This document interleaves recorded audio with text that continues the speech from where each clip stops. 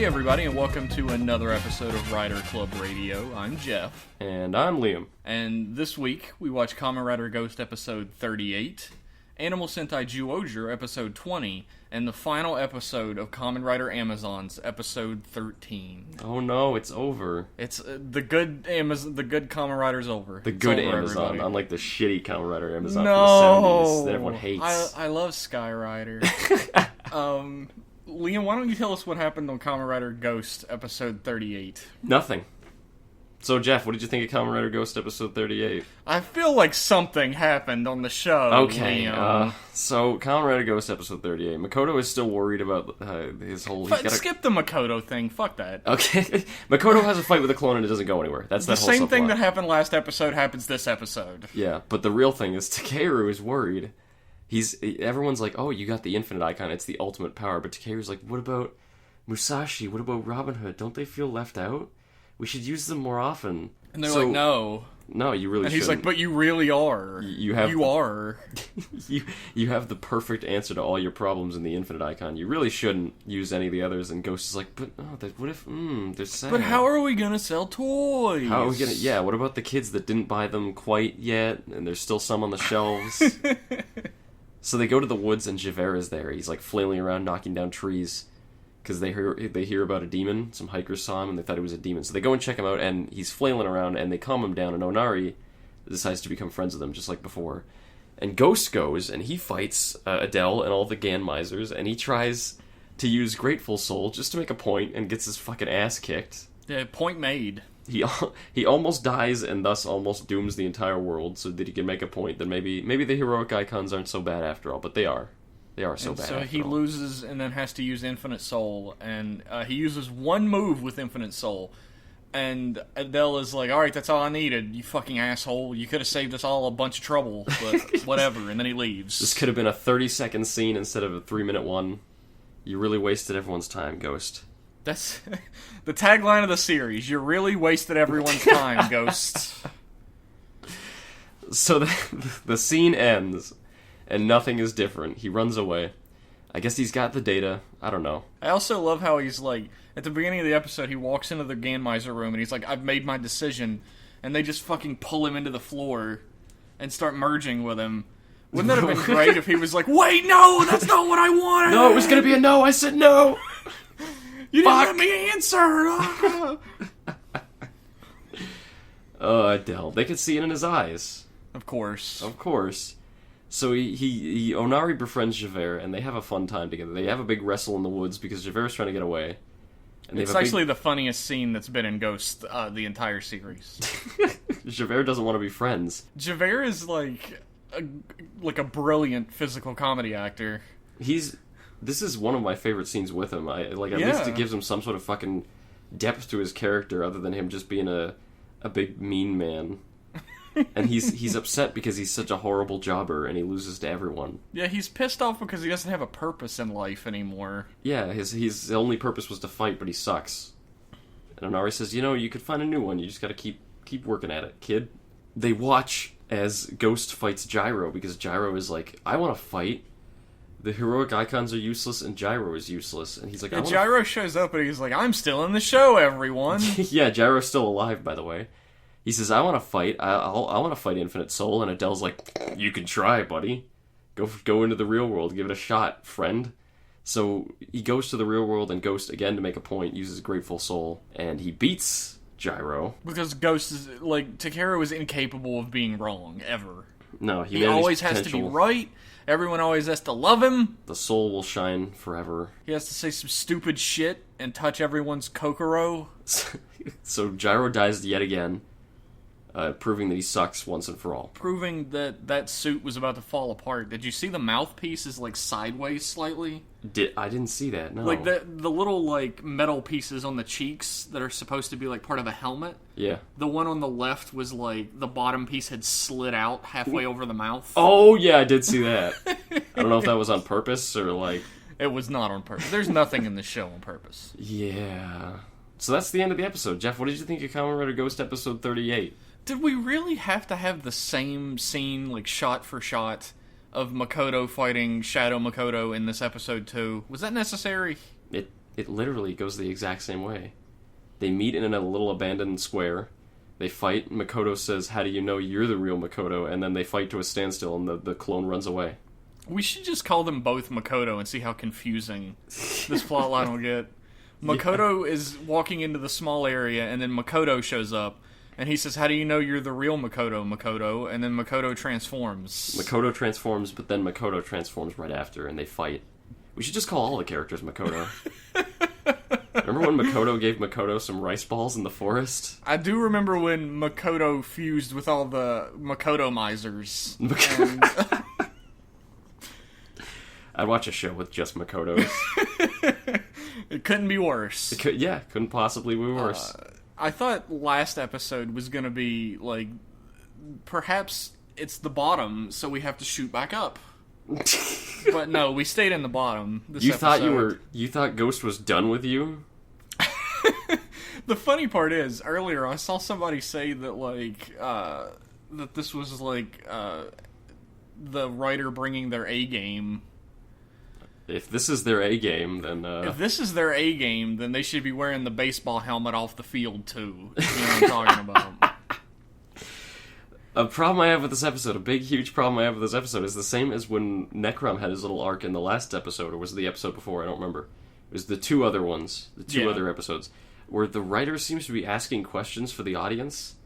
Why would Ghost ever have a reason to use his past forms if he's got this upgrade form? It's just the same as how is Necrom still going to stay relevant without an upgrade? Yeah. It's just like a... meta-knowledge writing. You don't need it. Other Kamen Rider shows, they don't bring it up. It's just like, Drive starts fighting, and just for the first bit, he's going to use type speed, just because he feels like it, It doesn't matter. It's not important to the plot. Just get some visual variety in there. I don't give a fuck why he does it.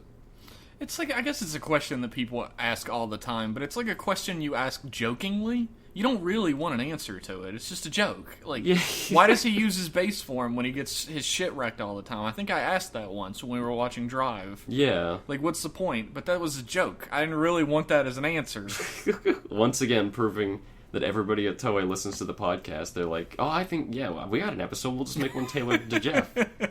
Answer that one question for him. He's so worried about, like, the heroic icons are not powerful enough anymore. Yes, they are, and I'll show you by transforming into regular Ghost and getting my shit wrecked. The sage comes out. He says, hey, the heroic icons aren't powerful enough. Takeru says, yes, they are. The heroic icons come out, and they're like, yeah, no, we're not. Yes, please stop using us. You're going to die. Don't bother. He's like, but no, it'll hurt your feelings. It's better than hurting my body when I get hurt by Ganmisers. Jesus Christ. This is one of the loudest... What?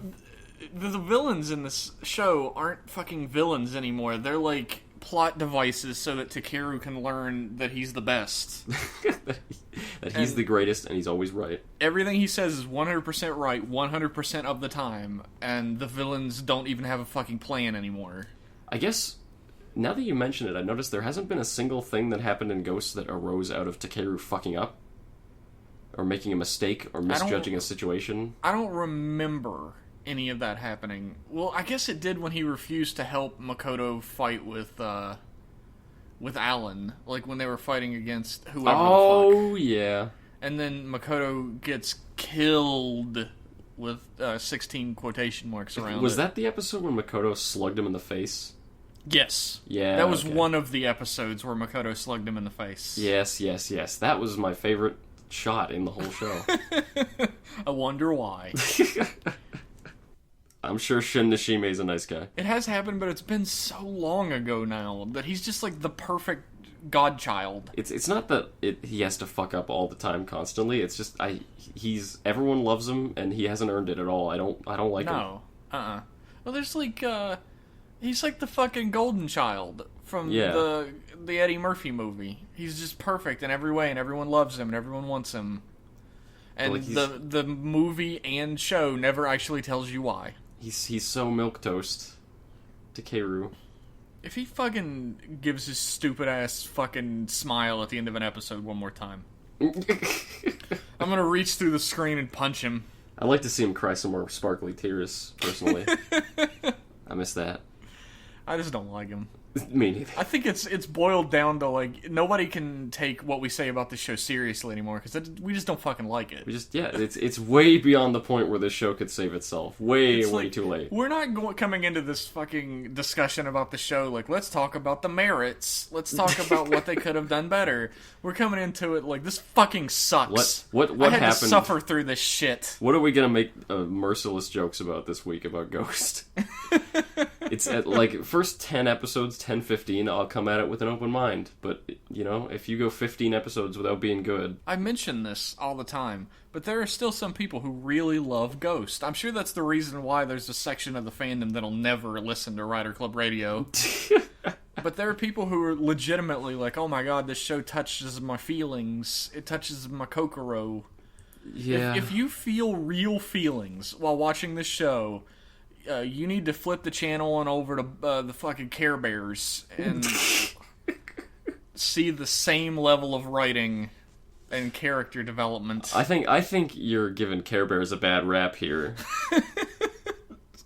Is Care Bears still on? I don't even know. I have no idea, actually. I wouldn't be surprised if there was like a CGI reboot or something. Oh my god. They need to do a CGI reboot of Ghost. Maybe make it good this time? They could give the characters some personality. Oh, they could CGI in some personality for those fuckers. I like at the beginning of the episode, Alan's like, oh, my muscles are hurt now. I'm not going to be in this episode. Bye. He's going to be in the futon, being cared for by the 14-year-old girl. Yeah. There's a whole fucking mess of problems surrounding Kamen. Kamen is the worst character in the show. Not because she's a shitty character, but just because there are so many awful implications surrounding her whole being. Yeah, like, the old lady or whatever is like, calls Alan her boyfriend.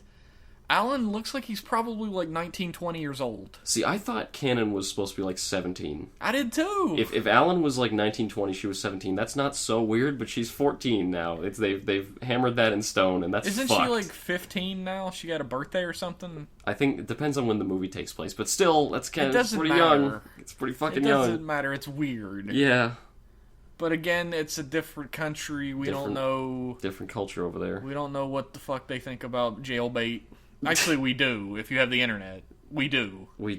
Absolutely, yeah, that is not hidden knowledge. We know what the writers of Ghost think about jailbait, that's for sure. They think you should put a mustache on her and it'll be sexy. Dress her up like a pirate? Dress her up like a business lady? Oh, fuck. Yeah, this episode was not enjoyable. Audio-wise, this is one of the most irritating episodes ever. Yeah, it was really loud. There's a part we were talking about earlier. Ghost is trying to prove his point. He summons all the heroic spirits to help him fight the Ganmisers. And it's literally like... Newton! And you're just like... You gotta turn down your volume. It just goes on forever, too. And it's just constant... Newton, Musashi, Hamilton... And then when they're fucking fighting, it's just like fucking explosions and people screaming. It's like the beginning of Apocalypse Now. Jesus, it's just so fucking loud. I feel like I'm in the beginning of Apocalypse Now every time I watch this TV show. That might be a bit of an exaggeration. That's true. The Vietnam vets had it way easier than me. Jesus Christ. You've alienated our Vietnam veteran audience, Liam.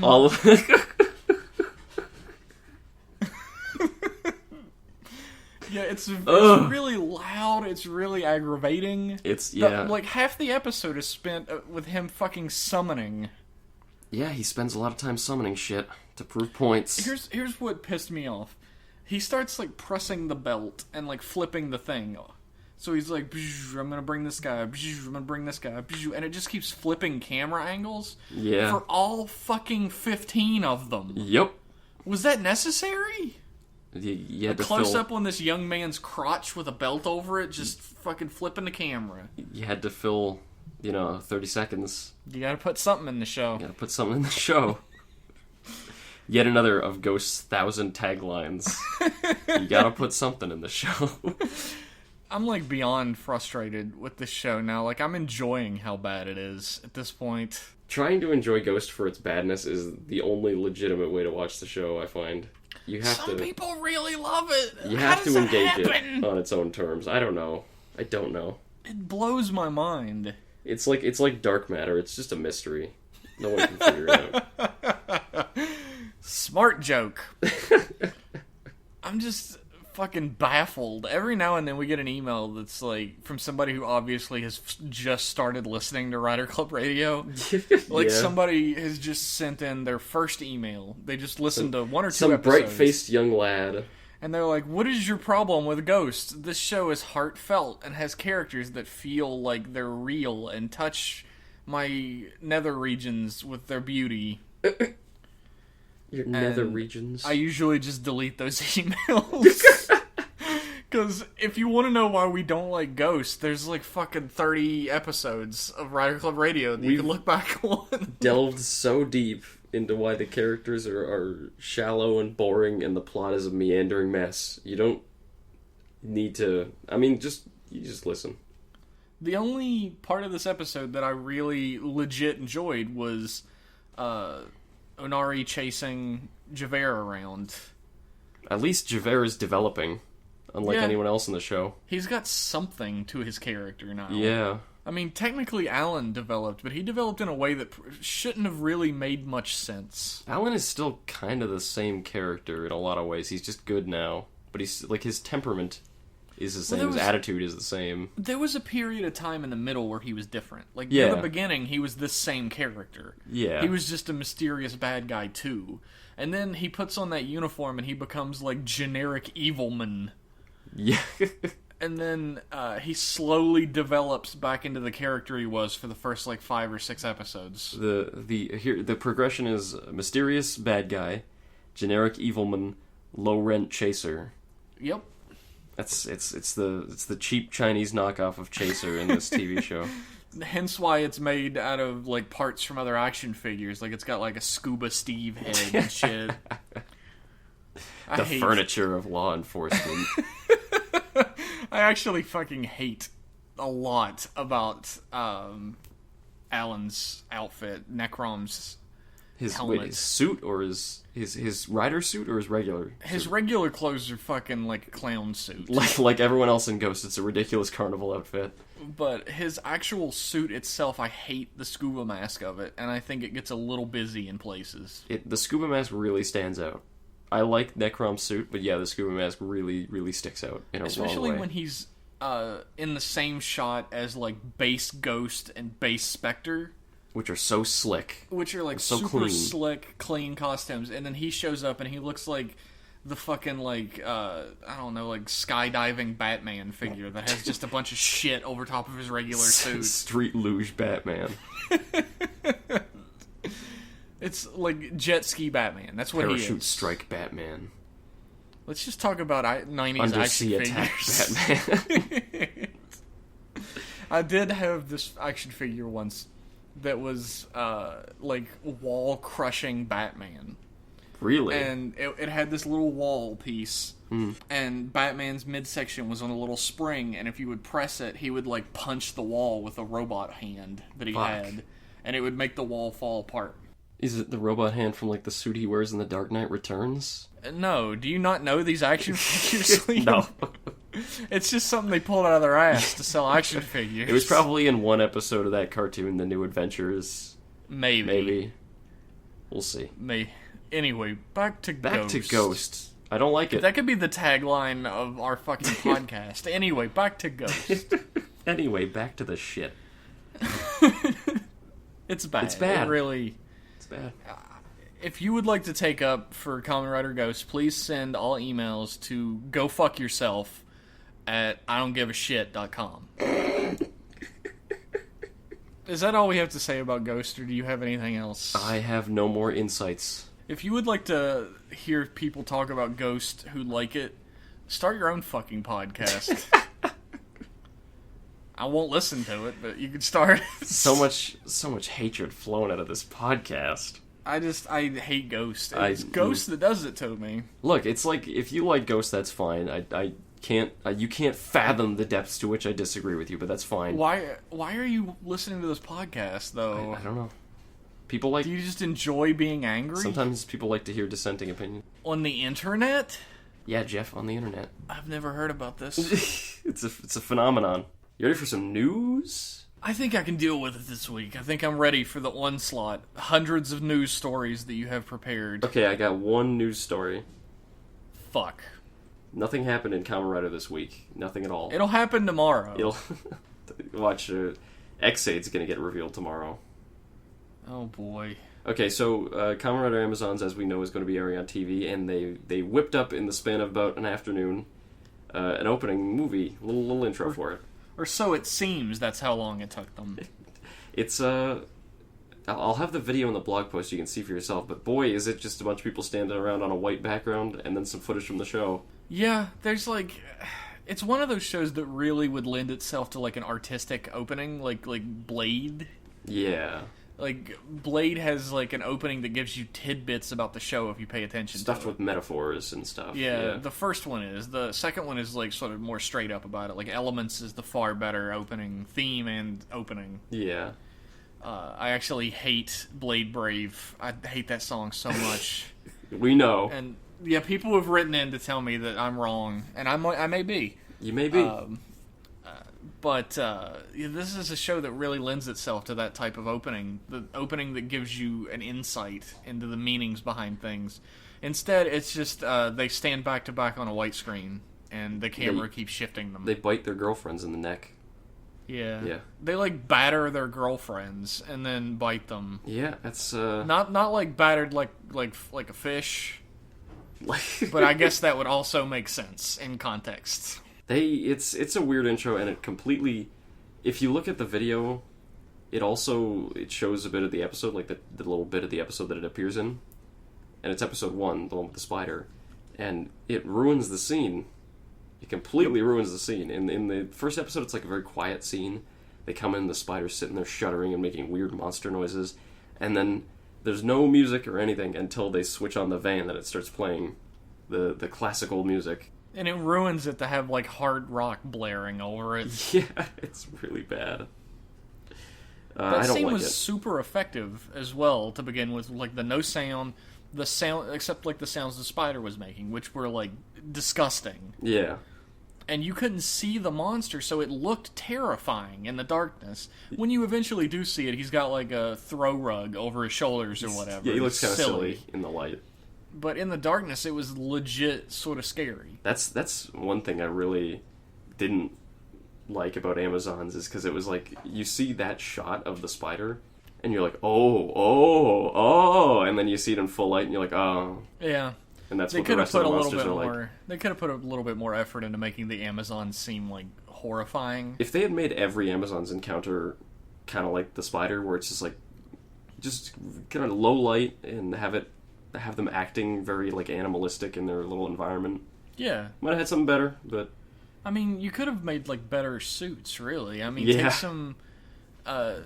take a little bit of inspiration from, like, Black or Zeto. Where the monsters are gross and drippy and disgusting, yeah. They're legit gross-ass scary monsters. Yeah. I mean, Garo has some of that sometimes. There's a whole lot of, like, Amazon-style monsters in Garo as well, but... Every now and then, like, there's this one with this fish bitch. She's like a fish. Is that her lady. official name? Her official name is Fishu Bichu. And, she has, like, disgusting ass fish tits that the camera, like, focuses on way too much because it's Garo. Because it's Garo, yeah. And, it is legit kind of gross and scary looking. I hear Garo shows ass. Is that true? Garo shows tits and ass. Wow. No vajayjays, though. I gotta watch this show. I've finished all of Garo's original series, and I'm on episode 5 of Makai Senki. Senki? I don't know. Senki? Yeah. The second series, and I watched both movies between it. And it is fucking great. I should get around to that sometime. It is. I should finish O's at one point in my life. I'm just, like, marathoning through Garo at this point. You got sucked out, yeah. A fun fact for Kamen Rider Ghost fans, with quotation marks around it. With a question mark at the end? The old sage and my Aunt Edith appears in Makai Senki episode 1. as the Monster Mash. Well, he's the Monster Mash, but he's also like the thief that gets like possessed and becomes the Monster Mash. Is it like a Drive where they just steal someone's appearance, or like... No, they like possess people. Like, okay. The people are aware of what's happening and everything. It's usually what they want, and the horrors are just like using them to get what they want to. Okay.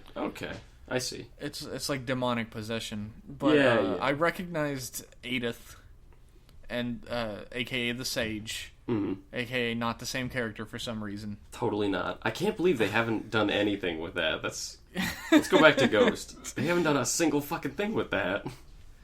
No, they really haven't. To the point where I think they might never. The point I was trying to get to about Garo is that there's a porn actress in episode 1 of Makai Senki, and I recognized her immediately. Is it Hitomi? No. Oh. I recognized her immediately, and I was like, I felt terrible about myself. The only one I know is Hitomi. Yeah, right. True. But, you're right. They haven't done anything with the Sage and Edith. They even both appear in this episode, like, seen back to back. Nope, we're not going to learn shit about them. No. And apparently Adele and Alan's sister is going to transform in the next episode, so I look forward to that. If it's fucking... What is the... Ultima. Ultima? If it's Ultima, I'm going to do a backflip right out my fucking window. Yeah, I've got 2 bullets in the chamber for the next episode. One for you, one for me. Fuck that. I got 2. 2 for yourself? One in case she transforms into Ultima, and one in case Makoto fights his fucking shadow doppelganger in the same exact scene again. I thought it was just going to be like, if something bad happens, you shoot one, and then you shoot the second one before the first one even hits. It's just that fast. It's like that scene in Amazons when they shoot the bullet, and then the second bullet propels the first bullet. That was dumb as fuck, but I loved it. That was the best action scene ever. I loved it. Okay, that's all news. of our news, isn't it? Kamen Rider Amazons gets an opening, and it's not very good. Check it out. It's pretty bad. It's pretty bad. We also, this week, watched Animal Sentai Zyuohger episode 20. Liam, what did you think of this episode? I liked it. Did you? You think, did it redeem the last episode at all? No. Yeah, I can agree with that. But, like, I actually liked it a lot, though. I still really don't like how hastily they resolved that plot, but, like, watching this episode as its own thing, I liked it a lot. I still wish this had happened, like, 10 episodes from now. Yeah. But I really love that he goes from this, like, super... Just like, okay, like, what I hate about Ghost is all the characters are totally static, but this is, like, the dude is super... He's so mad, he's all dark, he's like, oh, I'm gonna kick everyone's ass. And then the second he turns over to the good guys, he's actually, like, this really awkward, really, really apologetic, really weird guy. Yeah, he's, like, super fucking, like, depressed and apologetic, and he's desperate for friendship. He really is craving approval all the time. And he's just constantly like, I don't deserve this. I don't deserve that. Yeah. To the point where it's like aggravating the fuck out of everybody around him. I love it. It was great. And he has a little mini arc in this episode too. Yeah. Where they're everyone's getting the shit kicked out of them by the 2 team leaders because they're trying to find out where the world is, and they won't tell him no matter what. And the world is so touched by this that he decides to go and help them. So it's a little mini arc to get them on the same side. I absolutely love that he had, like, visions of the 3 Juman being like, we'll haunt you forever, blah. And then, like, later on when he's trying to figure out whether he should help the other Zyuohgers or not, like, they show up and they're like, you should totally help him. And he's like, what? But earlier you were saying, and they're like, we're just your delusions, dude. It's a weird cartoony way to show his character progression. It's I liked it though. He's like, we're literally in your head. So I absolutely love the way his character ended up being so fucking awkward and apologetic. I don't think I've seen anybody like that in Tokusatsu before. I just like it was so unexpected to me, at least. Yeah, it was to me too, because he seems completely different at the end of the last episode. Yeah, like, even he still seems like he's gonna keep his badass personality. Yeah, he turns good and he's like, I'm not gonna work for you bad guys anymore, fuck you, and he kicks the shit out of Naria. And then he instantly turns around and he's like, I'm sorry, I did all the bad things. I was actually really worried when he was going to join the team at the end of the last episode. Because, like, what is Tusk going to do if he's not the edgelord? But he's still the edgelord. Thank God. Tusk's place is secure. Instead, Mondo, I guess his name is. Mondo. He is instead, like, I don't know, maybe the regular adult tokusatsu fan. He's like a carpet that can be walked upon, and he's apologetic for it, and he craves friendship more than anything. Oh, what a poor guy. I like him, though. There is a... Like, even though he is very exaggerated, there is a certain reality to him that I like a lot. He's a great character so far. I'm not as pissed off as I was last episode that they just squandered his villainy that way. Yeah, it's pretty obvious that we went into that with a little bit more expectations for him being a villain for longer than they really meant for it to be. Yeah, I would have liked for it to build into a more, like, climactic showdown. I can agree. But, they're doing something good with his character anyway, so I appreciate that. The, bowling pin man shows up out of fucking nowhere at the end of the episode. I forgot. Like, you still have to turn into a giant robot at the end of every episode. It has to happen. It's gotta happen. So he shows up, and he sneaks up, and nobody noticed him, and he was giant the whole time. Yeah, he like flies in and like lands. We didn't see him coming from miles away. No. Oh well. They have to fight him in a giant robot, but the world does it himself while everybody else just watches and goes, "Well, that power! I've never seen power like this before, except the other times." He's gonna use that technique. The bowling pin monster feels kind of tacked on. It does. That's the one thing in this episode I could say I really didn't like. And I sort of tuned out for most of that. I was thinking about which one of the Juman I would want to take the power for myself. Oh. Like, which one of the three. And I think I settled on I would like to have Rhino. I would want the crocodile. Hey, perfect. Hey, there we go. We just need Tamaz can be Tamaz can take the wolf. I don't give a fuck if he wants it or not. He's getting it. He probably doesn't even watch this fucking show. He should. He should. It's really good. It's the good show that Toei's got on right now. It's the only one now. Oh, Amazons. Oh, it's the fucking fight, whatever. They fight giant. I know I've said that before. I'm just not a fan of giant robot fights in general. But with Sentai, you gotta take them. What can you do? They're always gonna be there. Yeah, I roll with the punches when it comes to giant robot. I'm not going to complain about them. I really like the bit where Yamato's talking to him, and he's like, "Oh, the ghosts of the Juman said they were going to haunt me," and Yamato's like, "No, that's just a Japanese thing. They didn't actually say that." He's like, "That's just a Japanese thing. Don't worry about it." Even though everyone there is Japanese, well, except the Juman, I guess. Yeah. That's another thing I kind of like is Yamato has another normal person with him. That's true. Another relatively mundane dude. That definitely adds to it. Yeah. Juo the World is like shirtless. That guy, for like half the episode, and then when he gets a shirt, he just leaves it open. That guy's physique is like, he happens to be so toned, but like at the same time he's a stick figure. He looks a little bit like a concentration camp man. I know that's like in fucking terrible taste, but that's exactly what he looks like. Like he's got phenomenal muscle tone. I'll not deny that, but good God, the dude needs to eat a sandwich. He doesn't have phenomenal muscle tone. The dude has zero body fat. That's it. No, he's chiseled. He's chiseled, but then they fucked up and chiseled just a little too deep, so they just make him really thin. He looks like you could put one hand around his midsection. He's ridiculous. He's got a fine body. I'm sure you think so. Yeah.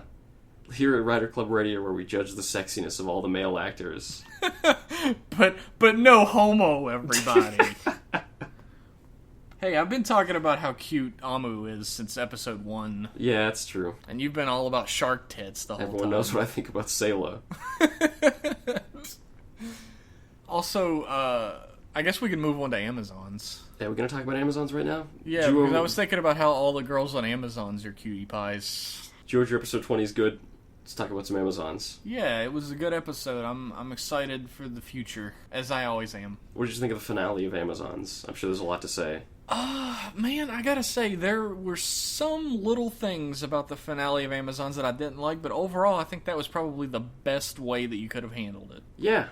I'm gonna have to go ahead and agree. I hate that we always agree on everything. Yeah, why don't you take the opposite side, you fucking coward? This is the worst finale ever because it had... there were 0 tits. Not even one single titty from beginning to end. I would have taken a tit 1. That would have been fine. I liked this episode, except I felt like it was hampered a little bit by having to set up a season 2. That's true. What it seemed like it was trying to do for the longest time is it's like a denouement episode where like here's the aftermath. I love that. There's a scene, one of my favorite scenes in the whole show so far is when Jin and Haruka fight on the beach, and Jin says this brilliant little line that communicates like everything you need to know about how they're going to be from now on. He comes in and he says, "All right, kid, how much am I going to get today? How many am I going to get today?" Yeah. And it's like, oh, that's fucking perfect. That's how they're going to go out. They're going to ride off into the sunset and fight forever. That's what it means to be an Amazon. I love that. But then there was this whole bit at the end where they're like, "Oh, what's the CEO's true plan?" And he gets up out of his wheelchair and he stands up on his cane and goes, "Ah ha ha ha ha." I kind of would have preferred it if he was just some weird CEO that you never really learn anything about. He's just a mysterious man. No, but he's got a plan. Yeah, He's the Mr. Wayland. He's got to have a plan for immortality. I can't help but feel like the season 2 was not planned until like 3/4 of the way through the writing of season 1. Maybe. It does feel like they probably were supposed to die on that beach when they were fighting each other. I would have accepted that. I liked what they did a lot, but yeah, I could have seen that too. I talked to somebody on Twitter about this, a couple people actually, about how the scene after the fight where Jin is like crawling away and Nanaha shows up. Nanaha? I don't know. When she shows up and like she says, "I knew you'd want me to be here," and he says, "You know, you really do know everything," and puts his head in her lap and everything. And I felt like that did a shit ton to bring Jin's humanity back to him that had been slowly like forgotten over the past couple episodes. Yeah, all you need is a little scene to show that he's still a person. He's not just a psycho. Like, he really was coming off like a complete psychopath on the beach when he's, like, eating raw, dead animal meat. Yeah. And screaming at the top of his lungs, "Amazon!" Yeah. Trying to kill all those innocent with, like, Amazons. Meat flying out of his mouth while he's yelling it. Yeah. Disgusting, by the way. I gotta say, now that the show is over, now that season 1 is over, I love Jin's arc throughout all of it, in that when it starts, he's like this cool, collected badass. He's like, "I'm gonna kill all the Amazons," and you think, yeah, he's gonna beat all the Amazons. He's gonna beat all the bad guys. But then, as the situation gets more complex, and as the Amazons get more and more humanized, his position doesn't really seem so cool or reasonable anymore. No, his position never changes. His whole position throughout the whole series is, "I'm going to wipe every Amazon off the face of this planet, including myself." As the situation around him changes, you realize how fucked up his worldview is. Yeah. Which is great. And it's like, the sides of the argument are both so clearly defined, but there's so much gray space in the middle there. Yeah. That you can see either one of them being right in the end. And they keep that right up to the last scene. They keep it. They don't. No one wins quite. Which is the best. I mean, the people we've been following this entire time are like 2 men down at this point. Yeah. And they're all beaten to shit, and they've suffered a ton, and they're 3 men down now that Mamoru's gone. Mamoru is left, and they're just like, "If you need us, we'll still be around, and we're gonna stay together." We'll be in season 2. You've seen how much they've fucking been through, and it's still not over for them. Yeah. That's another thing. I really love the brief bit where they quit, and you get to see just what they do if they're just normal people. Yeah. The one guy, the knife lady, becomes like a kindergarten teacher, like a daycare worker. Which is hilarious. Yeah. And the sniper, Fuku, is like visiting his grandma. Yeah, he takes care of his mom, who's in like a retirement home. She has dementia or something. She calls him doctor. You get a little taste of all their normal people lives. And One Arm Man. Shotgun Man. He used to be Shotgun Man, now he's One Arm Man. He still owes money to the mob. And of course the leader just is drowning his sorrows in a bar. Of course, that's just like him. Because he's a fucking alcoholic. Yep. I like that they send the one-armed guy in to fight a bunch of Amazons. Yeah, just get a shotgun and go. We know you only have one arm. You know, you almost died like 300 times when you had 2 arms, so we're just gonna send you in again with 1. Oh, but he got an extra bonus. Remember, for losing his arm, he got an extra 200 yens. Yeah, that'll pay for the psych bills. He gets to keep all the 5 yen coins in Mamoru's cam. That's his bonus. I love how there's like a weird little backstory hinted at between Shido and Haruka's mom's assistant.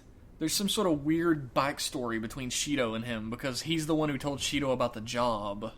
Yeah. Like when they drink the beer together and everything. Yeah, There's like a weird little bar. backstory about it that I'd be really interested in hearing about. Like, how do these two completely different people know each other? I liked that scene a lot because it's like, it just hints enough at it that you get an idea of it. But for the last episode, you don't really need to see... Like, you don't need a full explanation for that.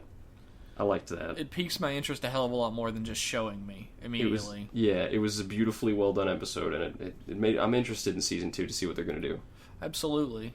Like I said, my biggest problem in the last few episodes is that throughout the whole series, they used Nanaha? I'm never going to be able to pronounce that name. Just pick one.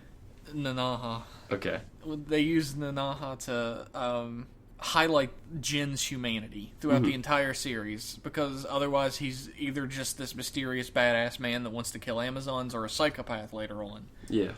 And, of course, it doesn't matter how much you agree with what he's doing, he's obviously acting like a psycho the whole time. Yeah.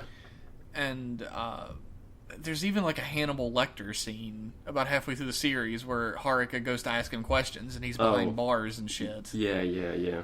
So he's obviously unhinged. Bringing her back during the end of the last episode, they hadn't touched on their relationship a whole lot for about an episode and a half before that. Yeah. And it really could have gone to just being... Jin's a fucking psychopath, he's irredeemable, he's like eating living beings or whatever. He has that line where he says, you know, why shouldn't I eat what I kill? Yeah. Which makes him sound like all the rest of the Amazons. Yeah. And you know what he says? Sometimes surviving means eating something else. Yeah. And Nanaha showing up at the end really clinched his character for me. That was a brilliant scene. I think Haruka's character, his arc finally came to its like understandable closing point, like the place where you figured he would end up if you would follow the arc, where he's the guardian of the Amazons that haven't gone feral yet. Yeah, he's gonna protect those who deserve it, just like he says. Yeah, and I mean, when Mamoru is like carrying him back to the Amazons or whatever, and they all sort of like huddle around him and walk away, he's kind of like their savior almost. He's like a pack leader. And I thought it was a little awkward to have, like, Amazons in suits on the beach with them. I was actually going to say that. That's one of the things I didn't like. There's one bit where there's, like, a wide shot of all the Amazons walking away. And some of them are transformed, and there's one bat Amazon who, like, spreads his ridiculous leather wings out. Yeah, that was a little, like, tone-breaking to me. It was fucking hilarious. But it's all, like, little things. Yeah. My only complaints with Amazons as a series are the little things. Because overall, it's really great. It's really, really good. We'll probably get into, like, a longer discussion of the series as a whole later on sometime. I'm kind of scared for Season 2. I don't want it to be about these characters. I feel like they're done.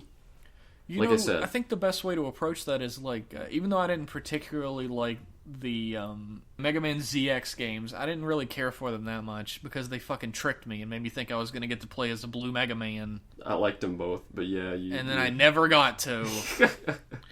But unless you beat the game twice, I fucking know. Anyway, yeah, that's ridiculous.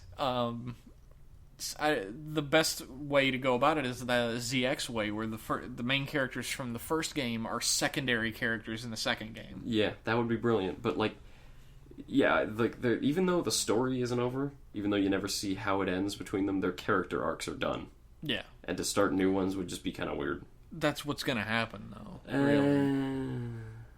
I know. As much as I don't want it to happen that way. Know. There are some people who are looking at this series as like a part one. Somebody said that on Twitter. They were like, yeah, it was a really well done first part.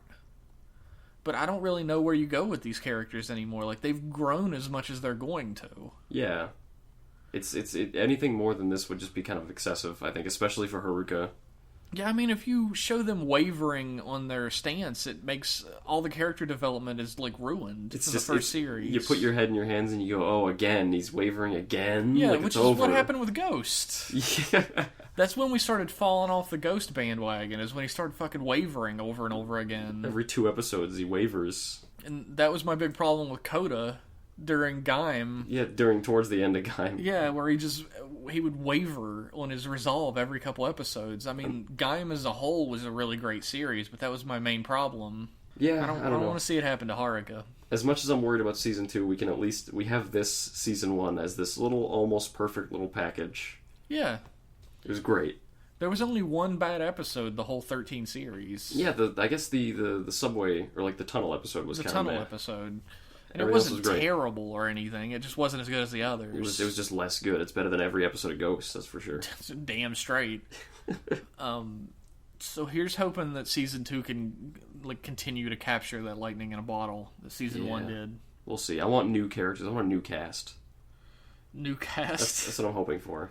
I feel like the same cast but with like new main characters would work out really well. And I want Kobayashi to come back as the writer. Yeah, absolutely.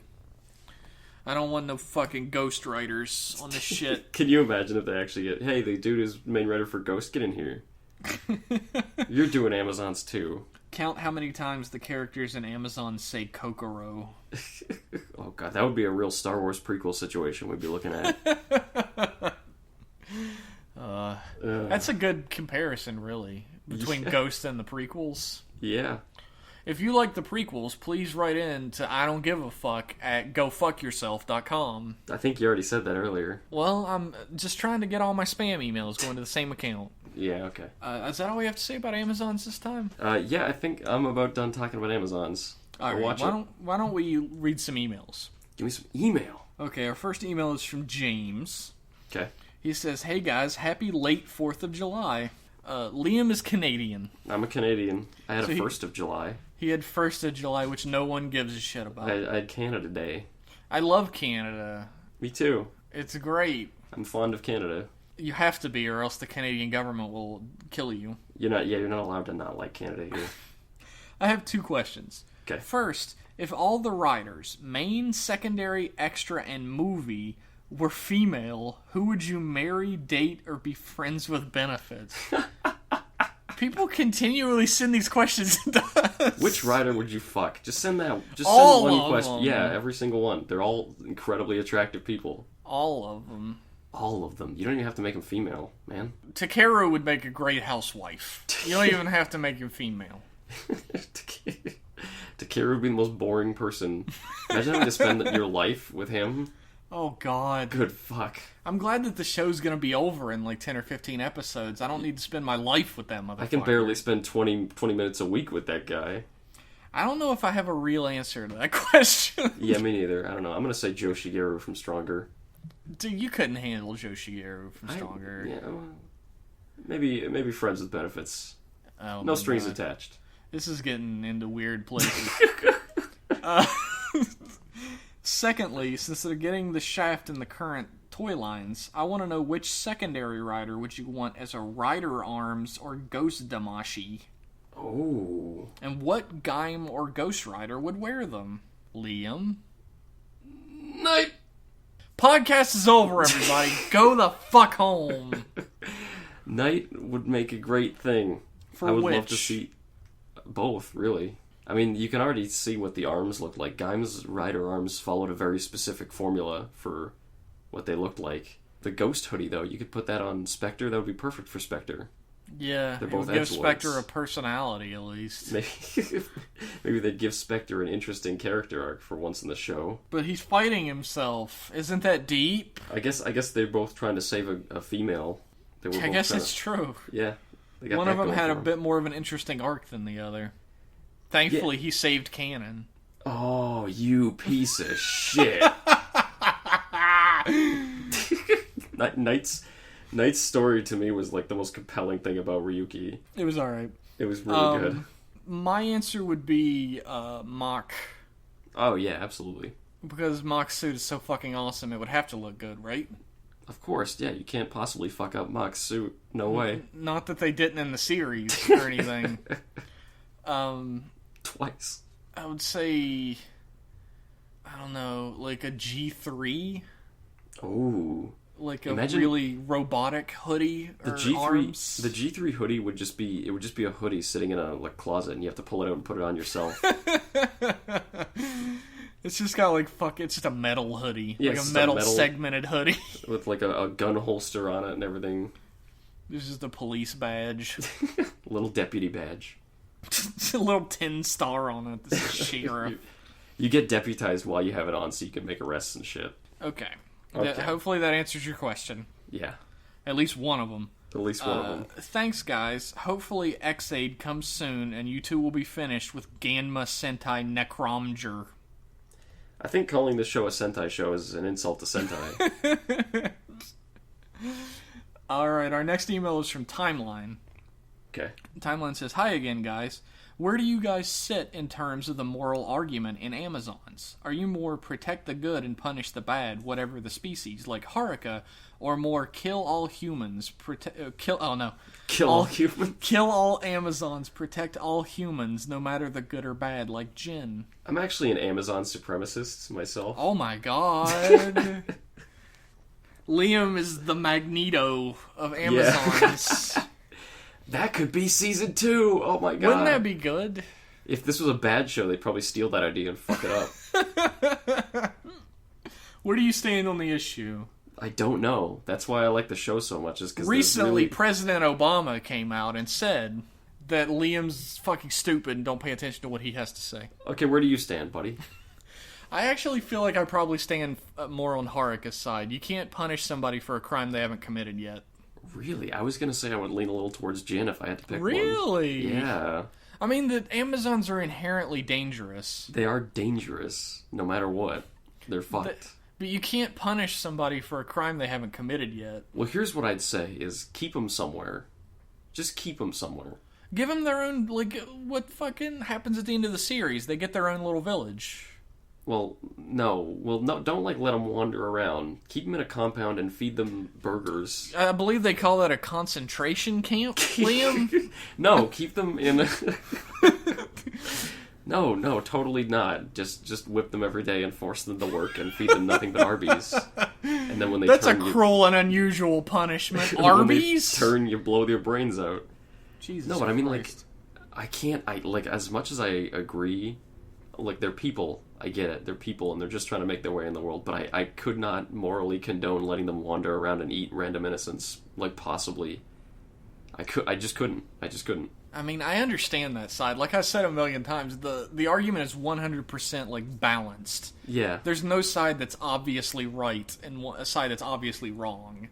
I think the best outcome for the Amazons is probably what happened at the end of the series. Haruka is policing them himself. That's the best. Because he's the only Amazon that can't go feral. As far as we know, yeah, he's special and can't. As far as we know, so he can police them. If they go crazy, he can kill them. Yeah. Probably not well. He's not policing them well enough because the surveillance team gets eaten. Yeah. He's only one man. I mean, there's a limit to what you can do. I just don't think gassing them to death. If there's 4,000, you're going to have to gas them. Liam is telling us a lot about his... I've got some literature for you to read, actually. It's this little book. It's called Mein Kampf. Perhaps you could read it. I just think they're too dangerous. I understand. I really do. But I lean more towards the punish the criminals for the crime after the crime has happened, not before. I think you can use measures to prevent the crime. That's why you put them somewhere. You put them in a village where they live by themselves and they can't leave. They can't leave, and they're forced to work. Oh my god. You don't have to put a fucking electrified fence around it with guards with guns or whatever, but if you give them a thing and be here, this will track you. The little armband thing. Yeah. Just wear your armband so we know if you go crazy and Haruka can kill your dumbass. If you can promise them a constant source of chicken soup or whatever to keep them from going feral, then I don't think they'd have a reason to leave. No. They wouldn't want to. They just want to be able to live. Just like the ones who go to the restaurant, right? As long as they get their Yeah, they're just trying to get their meat so they can keep going. They're desperate for a way to not go feral. Yeah. So I think if you can give them that, give them. Like, I lean more towards Haruka's side of things. I'm gonna go Team Jin. That's fine. I don't hold any ill will against that. Well, I'm gonna fucking hunt you down and murder you. I'm sorry. Well, I understand. You did say you were Team Jin. I'm gonna splash some acid on my face and come fuck you up.